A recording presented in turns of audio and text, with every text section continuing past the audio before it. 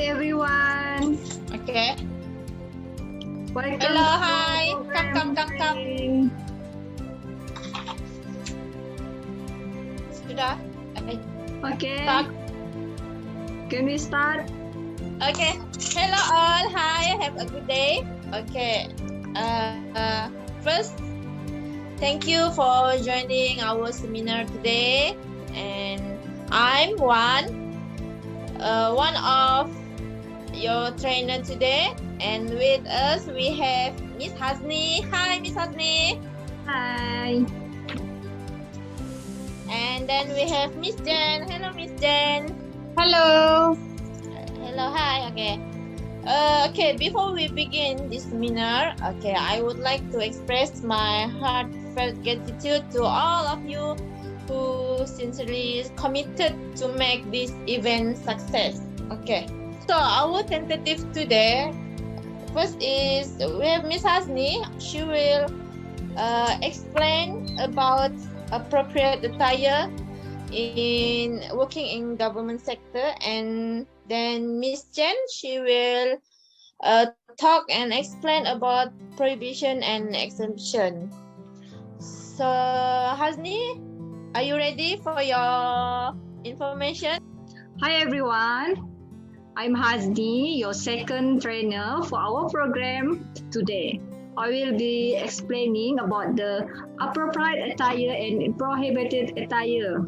Before that, I would like to introduce you all about the provision of HRM549 Code of Conduct Ethical Standard for Public Officials and Employees.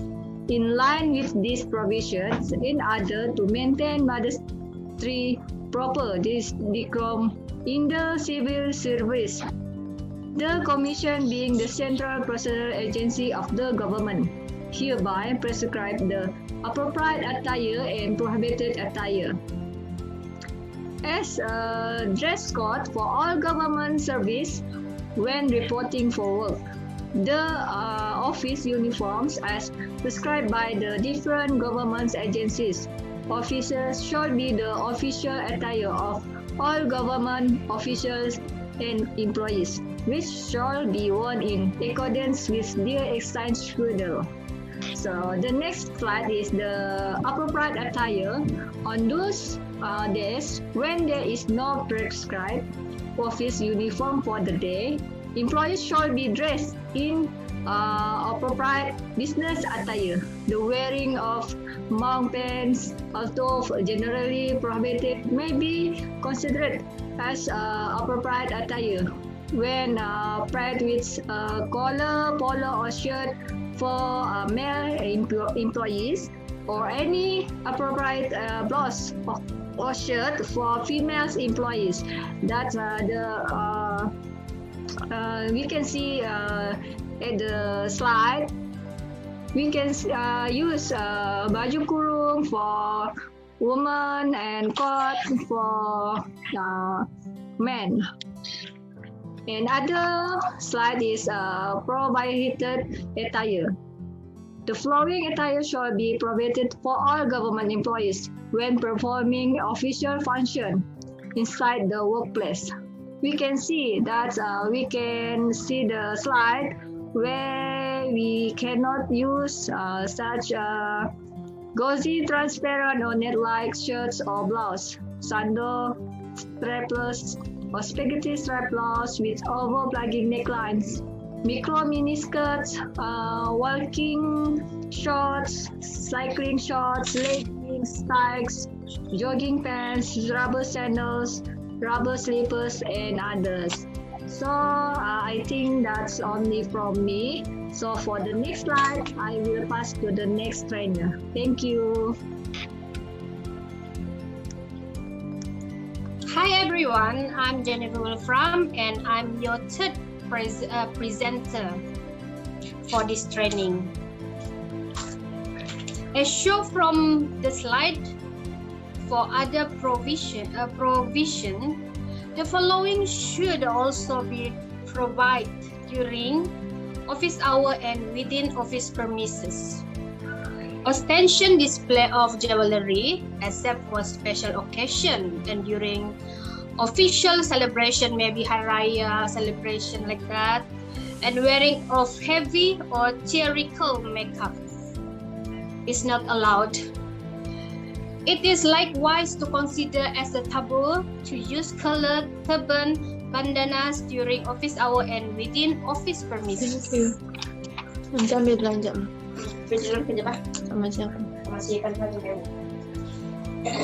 Okay, for the next slide, as you see, for exemption that may be allowed.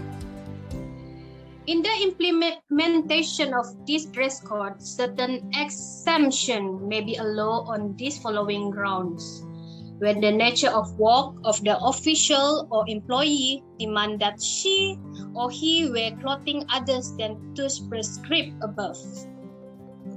When religion affiliation or creed or any legitimate practice by the employees in relation thereto request him or her to wear a particular clothing. And then physical disability and other legitimate health reason. And for pregnant female employees are allowed to wear maternity dress during the period of their pregnancy. Employees who lost a loved one can wear mourning clothes during the period of mourning. Here in Malaysia, they usually wear a black clothes like that as an example, or white. Okay, and other circumstances analogies to the foregoing. For next, other matter. Other matter such as those involving hairstyle or growing a beard or mustache. This is style nowadays. A mustache, I like it. Should be governed by the internal rules and regulations promulgated by the respective agency or office. And for last one, penalty in case of violence.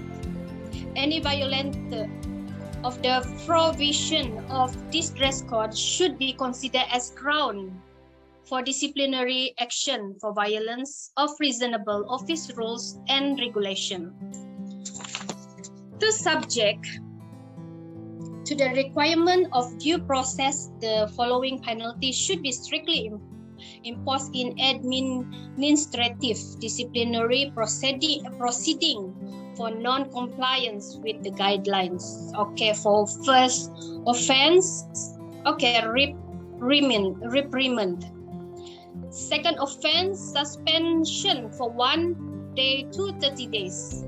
And then for third offense, suspension for 2 months. And then the last one, dismissed from the service. Okay, that's it from me. Back to Miss Wan. Thank you.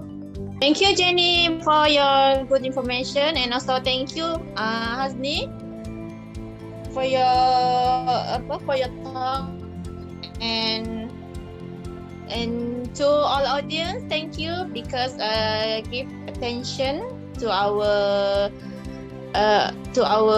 presenter. And so, there's any question from anyone? Ya, hi. Assalamualaikum. Ya, salam. Okay, I just want to ask one question. What is the best attire or the appropriate attire I can wear for attending a meeting? Is there any differences when attending an official occasion? Hasni, you can answer this question, Hasni, please. Okay, I will try to answer. Okay, this answer for women, maybe to attend a meeting, the most suitable to use attire is the most formal business attire consists of maybe a pant shirt or skirt shirt with a formal business blouse, or maybe a pantyhose or stocking, then closed toe, leather shoes or heels. Maybe can answer your question. Thank you, Asni, for the Done. answer. Yeah. Thank you. Questions. So any of you guys you want to give feedback? Then you can share your feedbacks with us.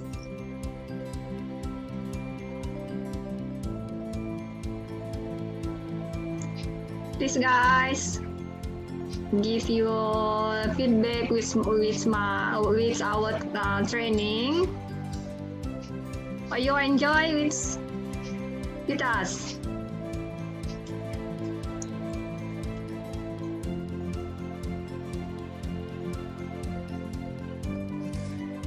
It was so enjoy fruitful. our training. That's Yes, why it no one was answered. so fruitful knowledge. Thank you for the sharing. Thank you for your It was very feedback. fruitful. All right. Okay. Thank Thank you. you. Okay. Anyone? Maybe if there's no any question, no feedback, so may we end this seminar. Thank you for joining us, and I hope this seminar will give you some knowledge and wish you all the best. Okay, that's Thank all, you, guys. thank you. Bye. Thank you, everyone. Hello everyone. In this training program, we will face some challenges while conduct this online training program. First is the technology difficulties. Some of the trainees did not have access to the resource they need to log in and complete remote learning. Some of them are working from home and make them an older operating system than in-office computers. Besides, they also have low bandwidth internet with a spotty connection. How to solve it? So we prepared our training with technical capabilities in mind. We use small media files for simpling loading times by keeping contents concise. Besides, we seek help from many of our friends to help before we helping our trainees to have a smooth training experience by planning ways to overcome technical issues. The hard challenges we face time management. We as the trainers also workers are not available to conduct a program training while working days. Besides, our trainers are also is workers at government and officials needs to suitable time to attend the online training. So, for the solution, we will set a time limit and set reminders. We ensure that the course are divided into several parts and consist of brief lessons that can be complete in a short amount of time and set a time limit. Third is designing a learning course for different generations among the government officials. Learning content isn't one size fits all. Our audience is made up of 4 different generations, which can make it challenging to create generic e-learning experience for all, since each generation has its unique traits and needs. So how do we overcome this? Is by learning as much as we can about our trainees' goals, preferences and backgrounds through survey or using a learning solution that collects data on behavior, which we can then analyze. We use our new in-depth data to create trainee personas that allow us to customize to the learning experience based on the experience level and teach savviness of each learning group. Next is we face the feedback during online training. Every trainee needs feedback for their performance for improvement. We find it difficult to give proper feedback to all trainees individually, and its impact on trainees' performance leads to poor performance. How do we overcome the challenge? We understand how important it is to give feedback to the trainees for their growth and improvement. So we make sure to provide personalized guidance to all the trainees so that they can work on their learning abilities. I think that's all for our challenges we have faced and completed this group assignment. Thank you.